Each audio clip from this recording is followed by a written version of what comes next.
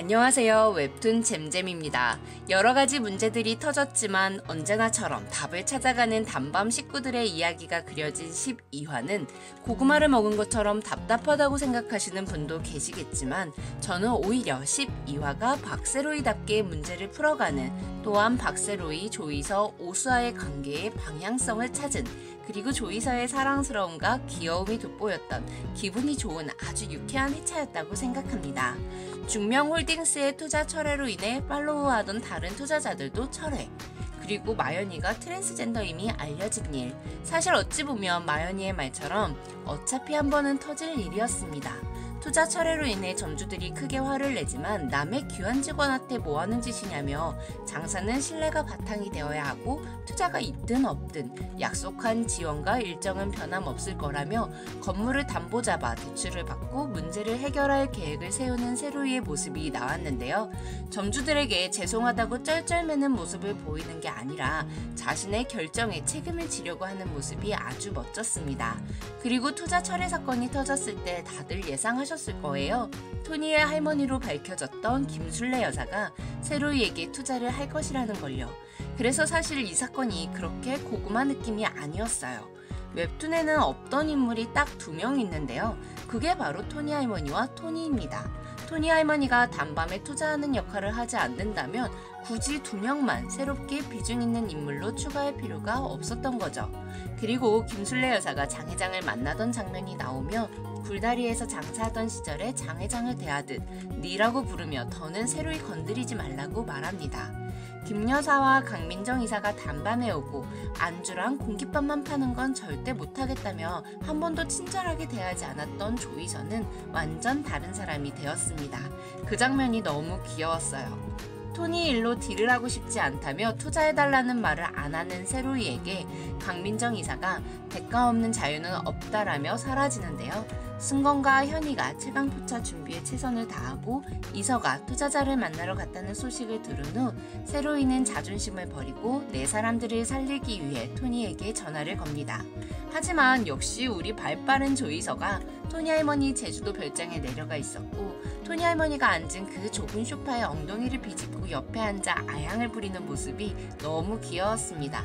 정말 딱 소시오패스 같잖아요. 나에게 필요한 사람에겐 잘해주고 필요하지 않은 사람에겐 관심이 없는, 솔직히 진짜 재수 없는 건데 이서 너무 귀엽고 웃겼어요. 토니 할머니는 목표가 뭐냐 묻고 우리나라 1등이라는 세로이의 말에 최강포차에서 1등을 하면 투자를 하겠다 약속을 합니다. 그리고 최강포차 결승 전날 근수에 쓰기 싫은 조은패, 마연이의 트랜스젠더 소식이 기사화됩니다. 최강포차에서 1위를 해야만 투자를 받을 수 있다는 조건이 붙었다라는 것 빼고는 웹툰과 아주 똑같이 연출되었기 때문에 다 알고 보는 내용이었지만 나는 다이아, 그 시는 사람 마음을 울렸고, 거기다가 하현우님의 돌덩이 OST도 한몫했습니다.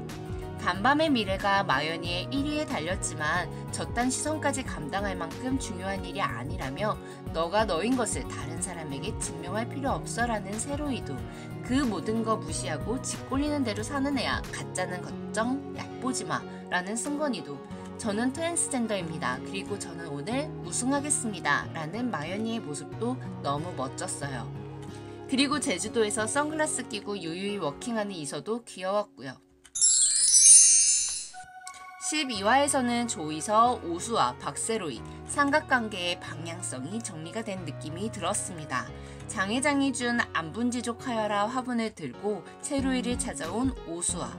철저하게 자기 중심적으로 내가 언제까지 이런 짓거리 해야 하냐며 장가에 대한 증오와 복수를 버리고 나한테 오라며 이제 그만 행복해지자고 말하죠.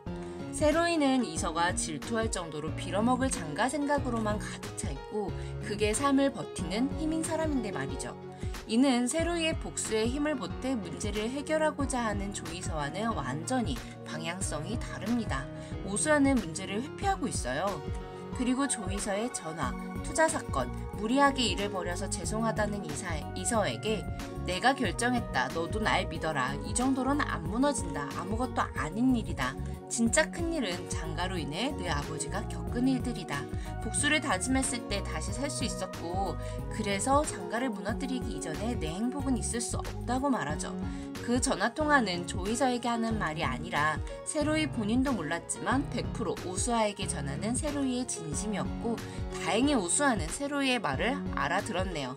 우리의 귀여운 이서는 차였다고 횡단보도에서 울고불고 술도 먹고 놀이터에서 그네도 타며 속상해하지만 마음 정리를 하고 플랜 C라고 말한 적은 없지만 플랜 C를 시작했습니다.